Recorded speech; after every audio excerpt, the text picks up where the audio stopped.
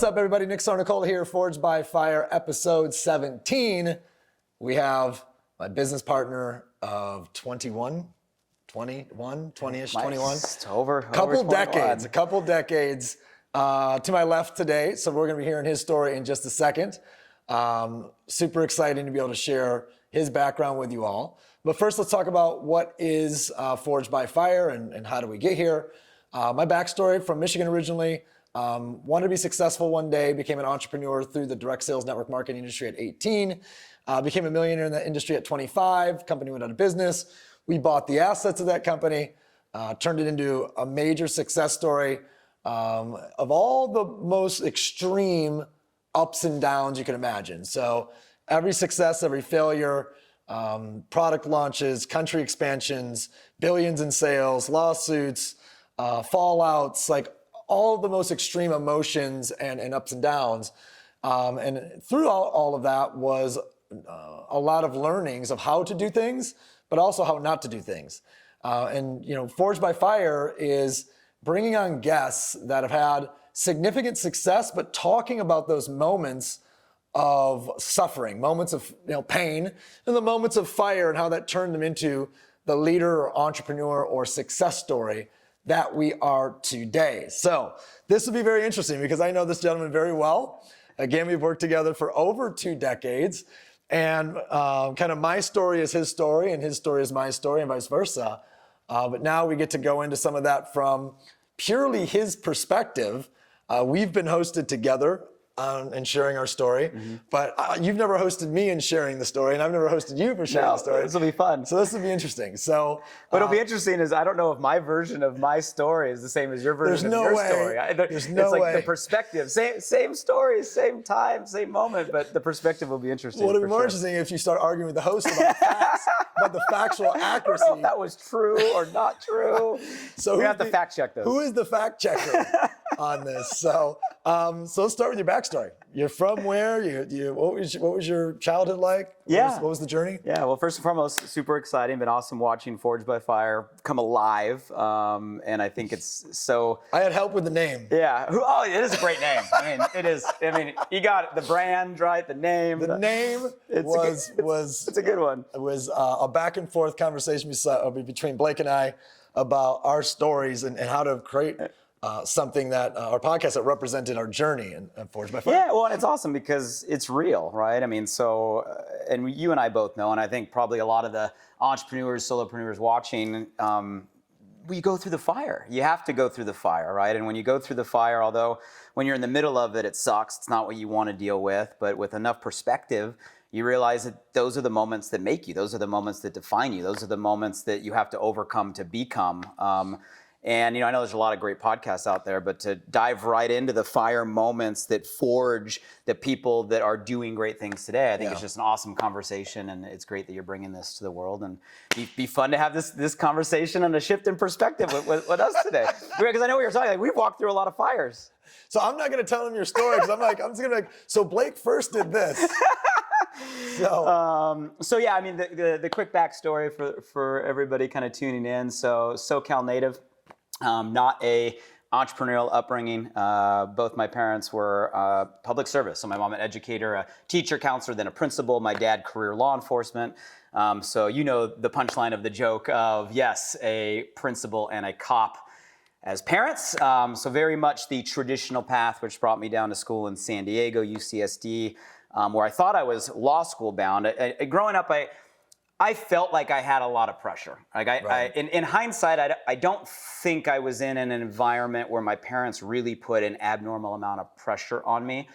I think it was just normal, people growing up with expectations, but I felt that way. Like I felt that in order for me to be successful, it was like you were a lawyer, a doctor, or a failure, right? You've always been a high performer, so a lot of that pressure you put on yourself. Probably, right? Whether it came from my parents or school or just, from myself. But, went to school, thought I was going to go the law direction, so degrees in political science, emphasis in public law, minor in psychology, was building the resume, and then, fell into the world of entrepreneurship. His fault, well, big part of his fault. At 19 years old, which kind of shifted everything, starting with shifting environment, right? So you can't surround yourself with people that think differently, do different things for long enough before it starts to rub off and it literally shifts a perspective. And it started, I think both of us at a young age with, the right mentors, right environment, different education, and then that began a journey of now, whatever it is, over 2 decades, 22 years in the entrepreneurial space, up, down, all around, and everywhere in between. So your introduction to entrepreneurship was through what industry? And tell us about the first, take me through the first 5 years of that. Yeah, well, the first moment, we'll date myself here, came from an AOL instant message. So I don't know if anybody watched, I don't know if you guys remember America Online Instant Message, college dorm room, 19 years old, all of a sudden, boom, right, pops up in the middle of, me doing work, a high school acquaintance, and literally the line says, hey, do you want to make some extra money? Right? And to which I was never like a skeptical person, right? So my literal reply to that was, sure. that was it. To which he replied, okay, show up to this place, at this time tomorrow. And to which I replied, okay. And that was literally the conversation that kind of opened the door. Big recruiting message. Yeah, zero context, right? And in hindsight, like that could have meant anything. Like late at night on a college campus, do you want to make some extra money? Like that could have meant any number of things. Yeah, and here's me just like, okay, sure, no problem. Where do I show up to? Where do I show up to? So yeah, gave an address to a neighboring university. And truth of the story is like, I didn't know what I was going into. I had no idea. This was like a high school acquaintance, not a good friend. Like I knew him, but it wasn't someone that I was like super close with. Yeah. And I just didn't know what I was walking into, so I didn't want to go alone. So I just ran up and down my dorm room floor, just saying, hey, I'm going to this thing, don't know what it is. There's a way to make some extra money. Someone that I knew in high school come with me, and I ended up bringing a group of people just to go with me so I wasn't going alone. I had no idea what, direct sales, network marketing, community-based marketing was. I had never been introduced to it before. I didn't know it was like a type of thing you're supposed to bring people to. But then I was the person that showed up with this group of people, and everybody in the room was like, who is this guy that brought all these group of people? Like I did it intentionally. And, long story short, the speaker that night pulled me aside and just said, hey, are you the one that brought this whole group? I'm like, yeah, like, how'd you do that? I'm like, I just, my dorm room floor. And they said, well, you got to meet our mentor, the person that we're working with. And the next day I sat down for lunch with Nick for the very first time. He was the mentor that was mentoring the presenter that night that had moved from Michigan to San Diego. And yeah, I remember that lunch very distinctly. And that was the beginning conversation of our relationship and what ultimately was the beginning of kind of the entrepreneurial journey for me. Well, how did you choose entrepreneurship over law school? Oh, yeah. It goes back to the education, right? So a lot of times people ask, they go, how much of your, quote unquote success came from your academic work, right? Or came from the degrees? To which I always smile, laugh, and I say, well, honest answer is probably none of it directly. However, what I did learn through school well is I learned how I learn. Okay. And I remember very distinctly, like I learned how I learn. And I mastered that. And that's why I was able to get good grades and go through all the accelerated courses, graduate in 3 years, because I learned how to learn. And then I was running motions to go through it in school. So my point in that is when I found a new genre of education I actually enjoyed. Okay. So the personal growth, development, financial literacy, entrepreneurship, marketing, just that whole section of what back then was like a small few rows of a bookstore, right?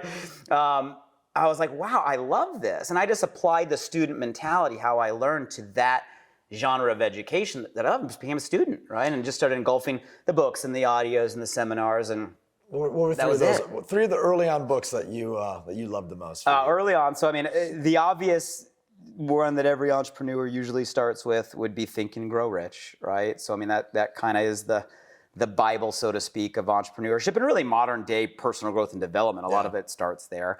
It's funny, if we were to go upstairs right now, in my office, I have a bookshelf, and in the center bookshelf, I have a stack of a couple books that I put there in the center because they were the books that had the biggest influence on me early. So that's the base of, beyond the Bible, right? Then it's Think and Grow Rich. And then the second one would probably be, and you remember this because we used to train it all the time, it was a Robert Kiyosaki book, but it's not the Rich Dad, Poor Dad that everybody knows as Robert Kiyosaki. It was a good introductory book. It was the second version, a book called Cash Flow Quadrants, which although it's probably super dated today, the principles are still the same, right? And I remember very distinctly it broke down, look, there's 4 types of people as it relates to like business, right? There's the employee mentality, right? There's the self-employed mentality, there's the business owner, and there's the investor. And that hit me hard because I was law school bound. You're on path for self-employed. S. And he says in the book, he goes, not only is that like not the B or the I, that's the most painful place to be because you got all the stress, all the work, all the weight, right? And you still don't have full control. And I was like, that's like a smack in the face. I remember it said S for suicidal. So they thought they were S for Superman, but it's really S for suicidal. And that's the truth. And that was like an eye-opening moment, right, through that book because that was the first time I heard, well, that wasn't the right way. Yep. That's not what success looked like. That's not what everybody should try to be. Like they're looking at that as inferior to this business concept or investor concept. So I'd say those were probably some of the 2 early on. And then I know you and I both loved John C. Maxwell and all the books when it comes to leadership. But those would be probably some of the early influential books for sure. So I know pretty much most of the fires that we've both been through. So I'm going to skip the first 2 burns. We're gonna go to Wait, what fire are we going to focus on? we're gonna go to the last one much later. Maybe we'll do a podcast in a couple of years that goes to the last. But let's go to fire number 3. Okay, fire number 3. Fire number 3. That was a big fire. Prior to fire number 3, fire number 2 had forced us to create a company. So fire number 2 pushes in to create a company. Yep. And why don't you walk us through the first few years of the creation of that company? Yeah, and it's relevant to this conversation, right? Because I remember when you and I were both in the moment, we were walking into an event we were throwing, and we got the phone call that the company was going to go out of business, and the company didn't have any money. And here we are literally walking in front of a room full of people to paint a vision of this company that we just got told by the CEO isn't going to exist. And his partner was in the room with us, not knowing that we were talking to him. And she was the guest speaker. And we... You remember that? I do remember. I remember having this whole conversation in like cryptic, generic language, like we're building a movement. 2-day event. Just somewhere about something. We stopped. We're like, what are we going to do?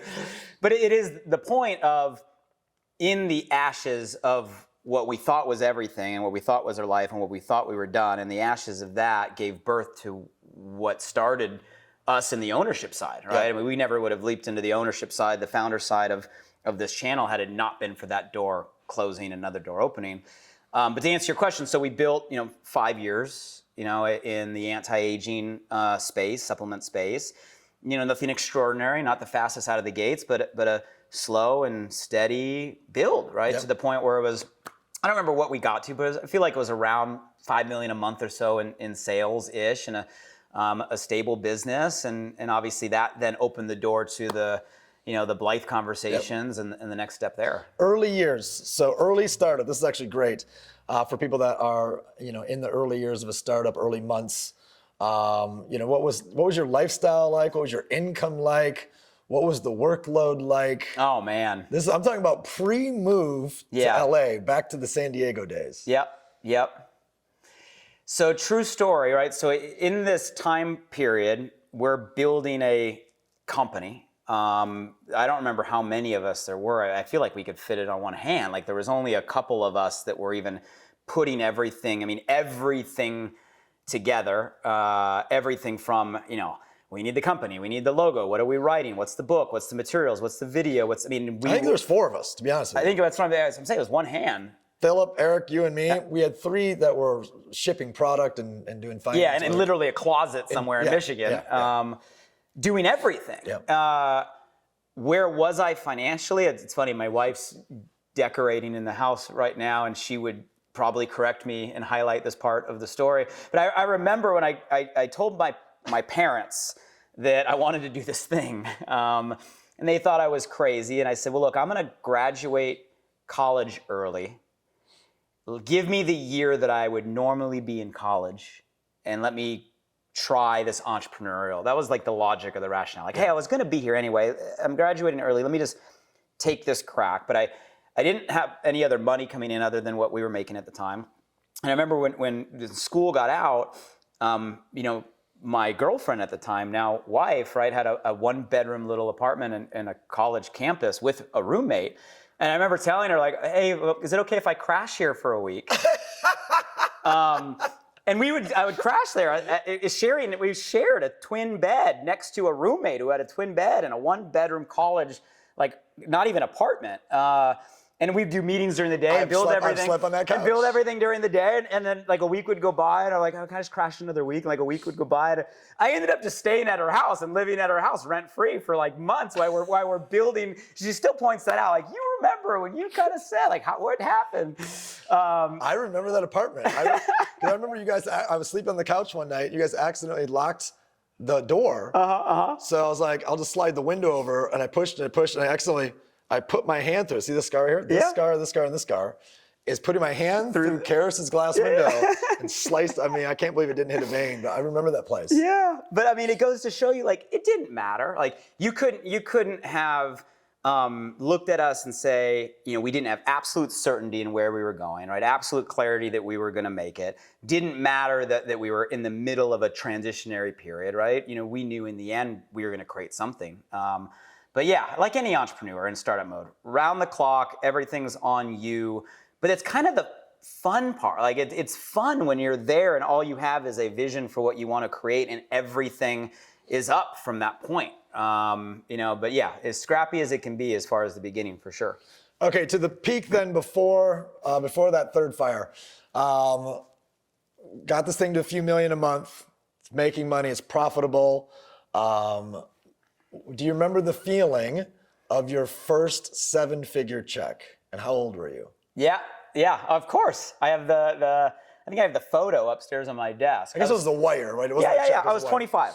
All right, so I was 25 years old. I remember when became a liquid multimillionaire. And yeah, I mean, I remember that feeling distinctly. I remember us celebrating at the time, and I guess it's both sides, right? And if I were to go back to that moment, on one end, it's like the we made it, like the we did it, like the victory lap. On the other end, it wasn't a surprise. Yeah. Like it is, and it's not ego speaking. It's like when you're so certain you're going to create something and you refuse to stop until you're there, nothing's going to prevent you until it happens. You may not know the time frame, but you know you're going to cross that finish line. When you get there, it's celebratory, but it's also like not a surprise because your mind has already been there for however long it took, right? And the truth is, by the time that you get to that moment, your mind is already so far into the future of what's next, right? And where you're going. And this is something we all can probably learn to do better, is to pause and actually appreciate where you're at more so than still being stuck onto what comes next. But I know both you and I share that we got there, we celebrated, but we were already on to what is the next bigger, better thing. What's an 8-figure check? Yeah, what's the next step, right? But yeah, for sure. I mean, it's a photo that I look back on and I can't help but smile because it was a transitionary shift in my life. You've always been really good at keeping photos and videos. Mm-hmm. So if you find yours, I think we're right together. Send it to me. Now I can pretend it's my bank account. That way I can say that's my. I think we got a photo somewhere of like we logged into our bank accounts. Like, oh my God, it's real. But yeah, multimillionaires. Yeah. You're 25. 25. So you hit on a good point. So let's jump to that for a moment. Mm-hmm. How critical was the act of visualization, seeing it all play out, and how repetitive, how critical were those things in that creation, and are they still to you today? Yeah, I mean, I know anybody that's listened to Personal Growth, read, following today's thought leaders, or really talked to anybody that's achieved anything of greatness in any category, like everybody says the same thing, right? So you don't accidentally stumble your way to where you want to go. I've never met anybody that's achieved anything that say, "Oh yeah, I just woke up one day here and it just happened." Like, yeah. It's just no one ever.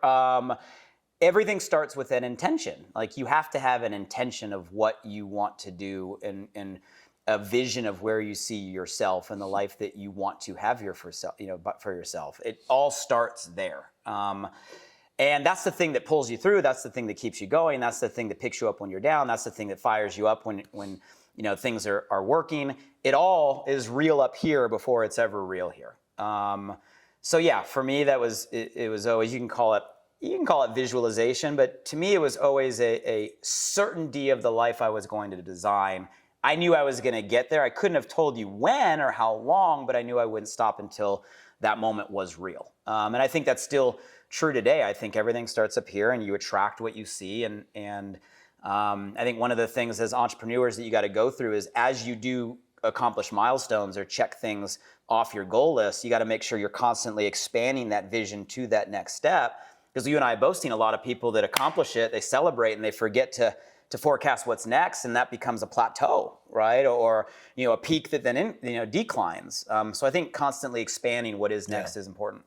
So the organization name that you had named in your early 20s was what? Well, you can't say you when we did it. Well, it's weird because I'm interviewing you as if I wasn't a part of it. So I mean, and we had studied great organizations, right? And in studying any organization that creates what I would call like a movement.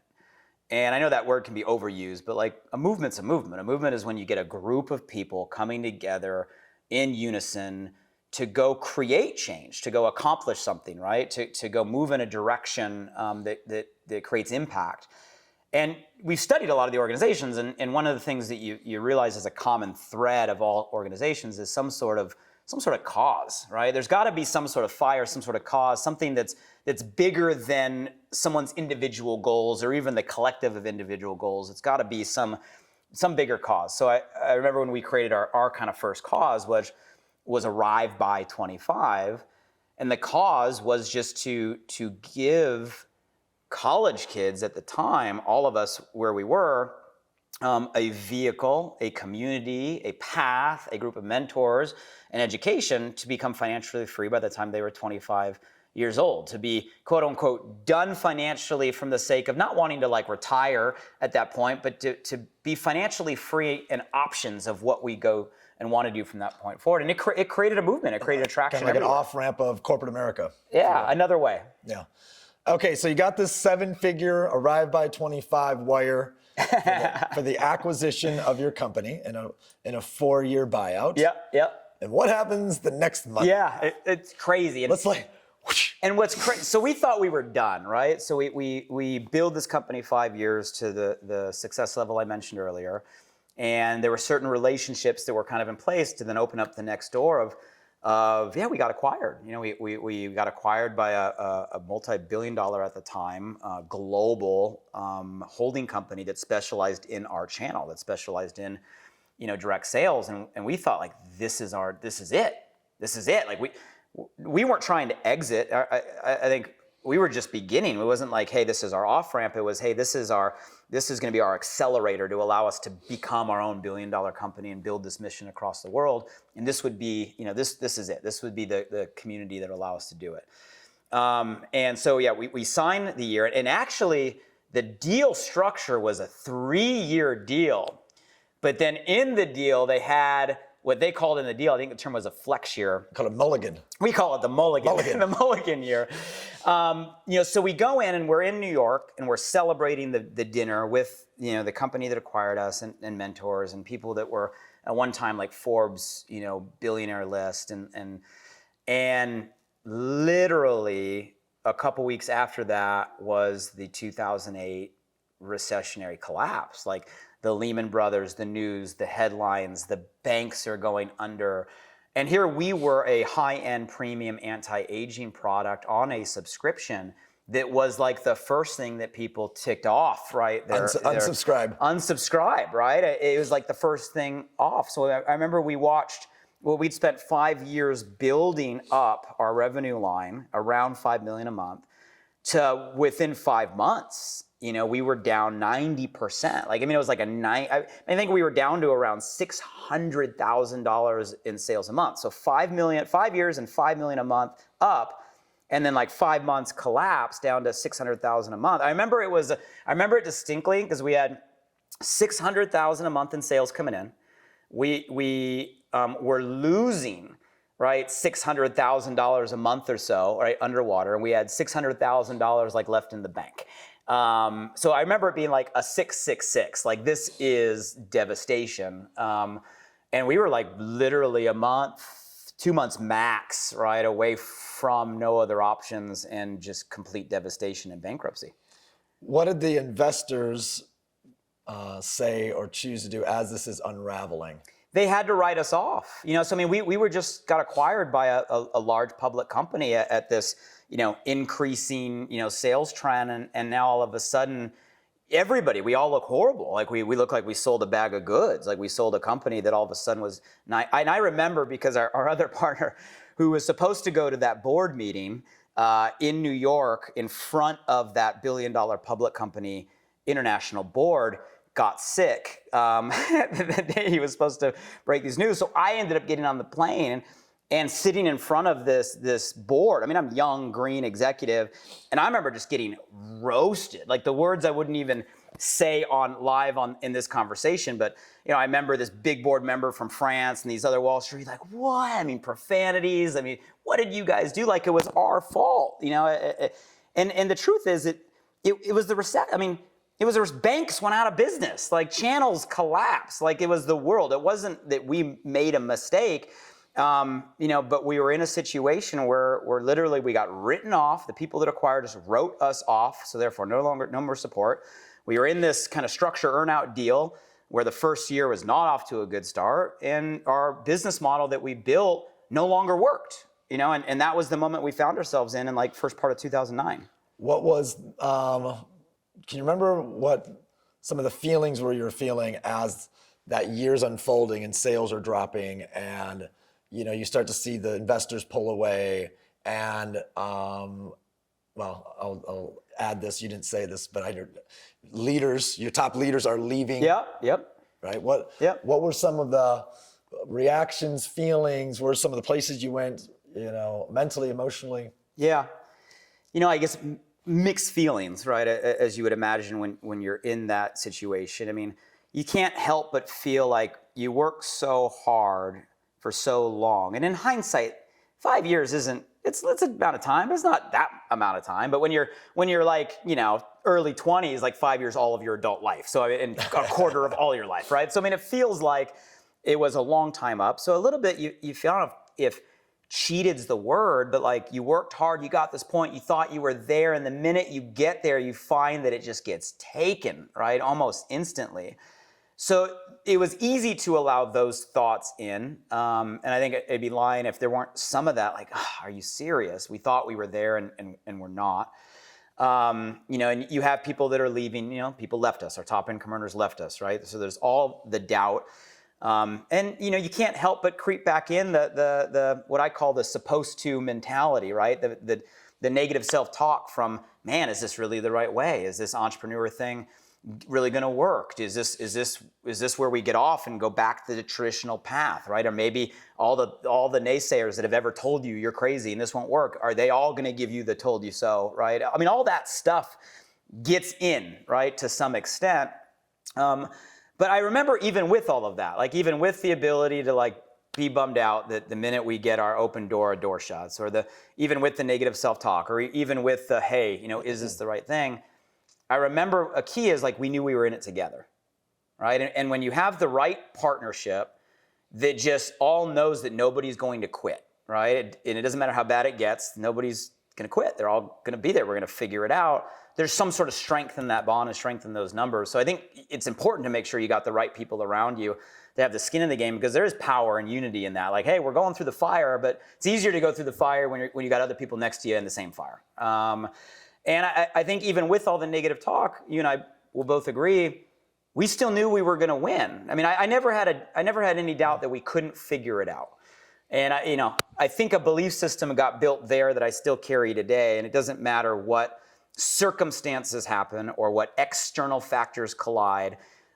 I always believe that in any moment, we have the right people, right talent, and right resources to figure out a way. Now, those people, those resources, those talent may change over time, right? But I believe at any moment, the pieces of a puzzle are literally on the table. You just got to figure out what pieces you're going to pick up and how you're going to put a picture back in place. And I think those beliefs got forged then because we figured it out. We had the right people, right resources, Now we made a picture that was totally different than where it was in the 5 years prior, but the resources were all there, and because we picked them up and put together the picture, it changed everything. Any overlap or not overlap? Any impact on personal life? Because were you married yet? Oh, I'm so bad at time. The answer's no. You weren't married. Like, I'm trying to just host you here. You weren't married yet. No, not married yet. Been with my wife, high school sweethearts. We've been together 22 years now. Married will be 10, coming up in May. So yeah, this period, committed relationship, but no married, no kids. I've never asked. Was there any Tension or difficulties conflict? there? Yeah. The one thing I'm super fortunate is I've been fortunate to just be with a partner that was always supportive no matter what. Nice. And I know not everybody has that, but we were together before I was even an entrepreneur, let alone before I ever had any sort of money, let alone, I was on, if you hear her tell the story, I was on her couch. No, I was on her couch. We were both on her couch. I was on her couch. You were in her bed. I was on her couch. You're right. Same. So the point is we weren't together for those reasons, right? We were together for reasons before all of that, and she was always super supportive in the creation of all of that, and she was always supportive through it, and has always been supportive in the ups and downs ever since. And I guess I'm blessed and grateful to have always had that, and and for everybody that does listen, that's important. Like, you need to have the supportive, spouse or relationship or someone that is going to be there to pick you up or believe in you or tell you can, because we all have plenty of the world that's the naysayers and the people that tell us that we can and what's not going to work. It's important that the person in your corner believes in you and believes that you can. And, I've always had that. So company investors say, hey, we're out. We're not giving any more money. If you guys want to make this work, Yep. it's on your own. Yep. On your own. Mm-hmm. So what did we do? Yeah. And most people at that time in our situation probably would have said, I'm out. Because we had gotten the first tranche of our exit, right? So, it was a multi-year earnout, and we got that first one we were talking about. So we could have stopped, right, and said, okay, we, checked the box. This was a victory, and gone and done something new, and it would have been okay. People would have understood. But I remember we took the money that we had taken off the table and we invested it back in to keep the company going, payroll going, and commissions going. And again, most people probably wouldn't have done that, So we rolled it all in. And then I remember we asked ourselves kind of one big question, and because there was a shift in the economic environment, like we were in a recession, the world was in a recession, the consumer mindset was different. Like, to try to ignore that or put blinders on or sell through that or charge through that would have been extremely naive.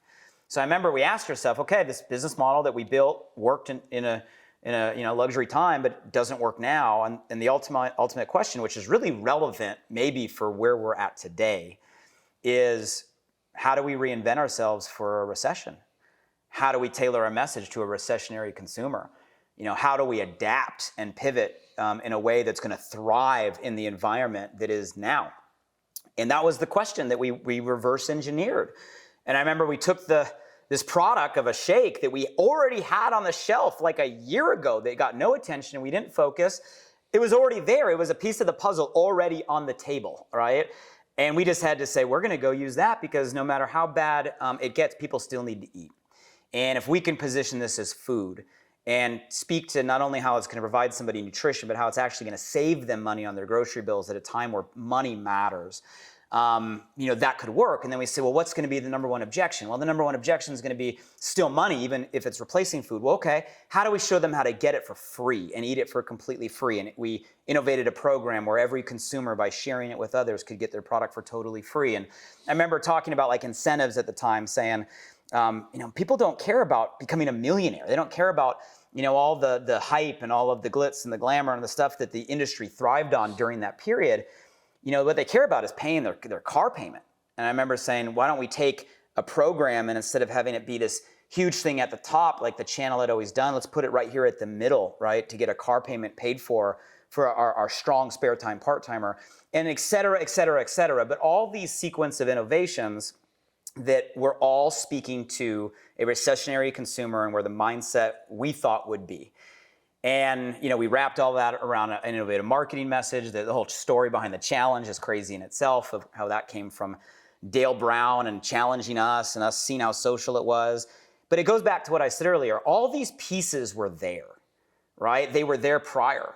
They were just in a different order. And we locked ourselves in a room. We got some of our leadership in a room, and we just sat there for days until we just literally picked apart the company and put it back together in a different way.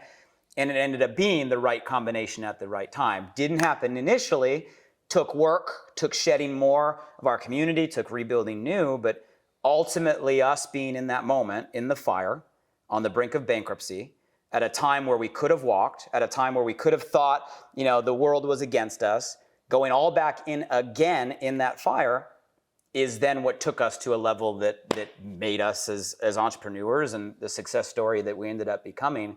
And it was all through that fire that forced us to make those decisions and overcome in order to become what ultimately we did. So yeah, that was a good fire. Good fire.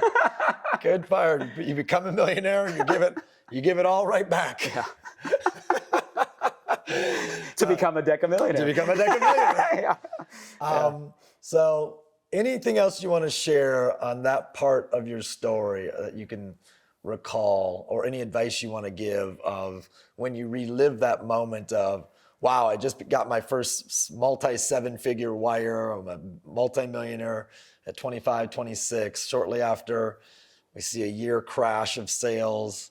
You're now, 27, turning towards 28, and you got to give it all back if you want to keep it going. Anything else you can think of?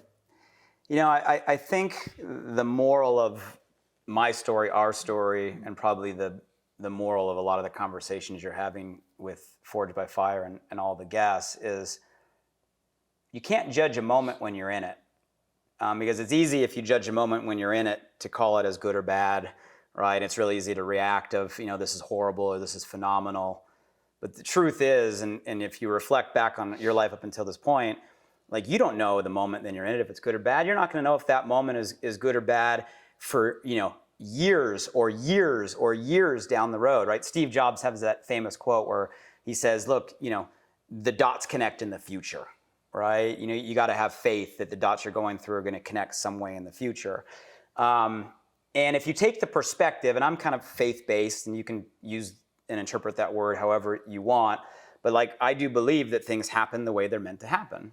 And that may not be the thing you want to happen. It might not be the easiest thing in that moment, but they're going to unfold the way they're meant to unfold. And even, your victories are your victories, but the times when you go through the learning lessons, the hard, that is ultimately the things that are going to define you. And our story, and my story over and over and over again, proves that the hard things you go through end up becoming the doors that lead to whatever the next level may be.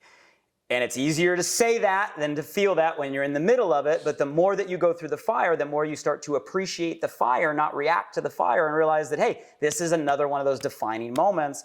Where is this going to lead me to next? So I think for everybody, I think being open to, even though things aren't working the way that you want, even though it's taking longer than you want, even though you get the curveballs that you don't want, all of that might be moving you in a direction that is actually what's best for you and what you're meant to do. So I think that's the philosophy. Yeah. I think having people around you that have a shared belief and being in it together, like I mentioned, is key. I think being in a lane that you're truly passionate about, and able to make an impact on, you got to have that. Otherwise, you probably won't have the energy to keep walking through the fire if it's not something that really excites you and ignites you. So I think it's all those things, the excitement, the people, and then ultimately the belief system that it can become greater than what once was, no matter where you're at. And I guess the last point is, I think now is a super valuable time to be having this conversation, because who knows what's going on? We're coming off a crazy last 2 years. Who knows what's going on in the world economically right now? But there is a lot of shift and transition happening. And inevitably, that's going to be a new set of challenges. And these might be the challenges. This might be the fire that you need to go to your next level, or your business needs to adapt or pivot or reinvent, or what you need to make the adjustments for your business like we did that ultimately define and create where you're meant to go. Like that, this may be that fire moment for you. And hopefully this conversation, those lessons, maybe shift your perspective to extract those pieces that are on the table and put them together in a way that can create your story. Let's jump ahead. Let's go one decade further. Because you just touched on the recent last few years, and what has happened the last few years. What type of opportunity has been created? Where have you been spending your energies and efforts, and what's been the outcome of these fires you've been forged by? Yeah, it is so much, and it's been a weird last couple of years, right? So honestly, the first thing that comes to my mind might not be the answer that you'd expect you're looking for. It's being able to go through pandemic, be in a situation where I could spend more time with my family, more time with my kids, right? Grayson's now 7, Sadie's 4. In the last couple of years, to be able to actually be home more, sitting at the dinner table, going to the soccer games, like stepping into parent mode and dad mode and family mode has been awesome. And to be able to do that while still providing and having a lifestyle that we're able to do has been amazing. And that wouldn't have been possible had it not been through everything we've done and built prior to all of that. So I think family is the first thing that comes to mind. I think if there's anything pandemic maybe helped is it realigned a lot of values of what matters and what's important. So I think that's the first and foremost. I think now us being put into a platform where we can take what we've been through and actually share a little bit of wisdom and experience, which I know is weird because we used to be like the young cool kids and now we're like the wisdom. We're the middle cool kids. We're the middle. It's just we've been through a lot for our age, right? So taking that experience and that perspective and actually paying it forward in a way that now we're able to see as making an impact, right, on people and applying that is a cool place. We had great mentors. I had great mentors, but I wish I would have had someone that has been through what we've been through that was willing to take the time to really pass that on and direct and guide like we do for people. Because it can save a lot of heartache and compress a lot of time. So I think being able to pay it forward, make an impact is definitely something that I'm enjoying in this season for sure. And then now all the opportunities that are opening up on what we're able to do, with our direction within the channel and. Speak to that. You can be super specific there. Tell everyone what you've most recently spent your time in the last 2 years. Yeah, I mean, so through all of those lessons and all of those learnings, being able to partner up with Prüvit now, right, and the ketone conversation, which you and I have been in the nutrition space for a long time. We've seen everything under the sun, and I've obviously been successful in it. But to get behind a technology that I think is really truly revolutionary and unique and protected, and be at the forefront of really educating the world on what that technology is, I think is super cool. And it's fun to be able to get behind something that we think can make an impact and bring all of our perspective in a way that I think is going to help grow a brand, grow a platform, grow a company to a very large level has been super fun. And again, all of that comes with the scars, right? And with the pain and with the lessons. But it's great that now we get to apply that in a way that's making such an impact. And I think it's just the beginning. What's your goal? How far do you think that goes? Where do you want to take that? Oh, I mean, it's a good question. My personal goal is to continue to do what I have been doing at just the biggest scale that I can go.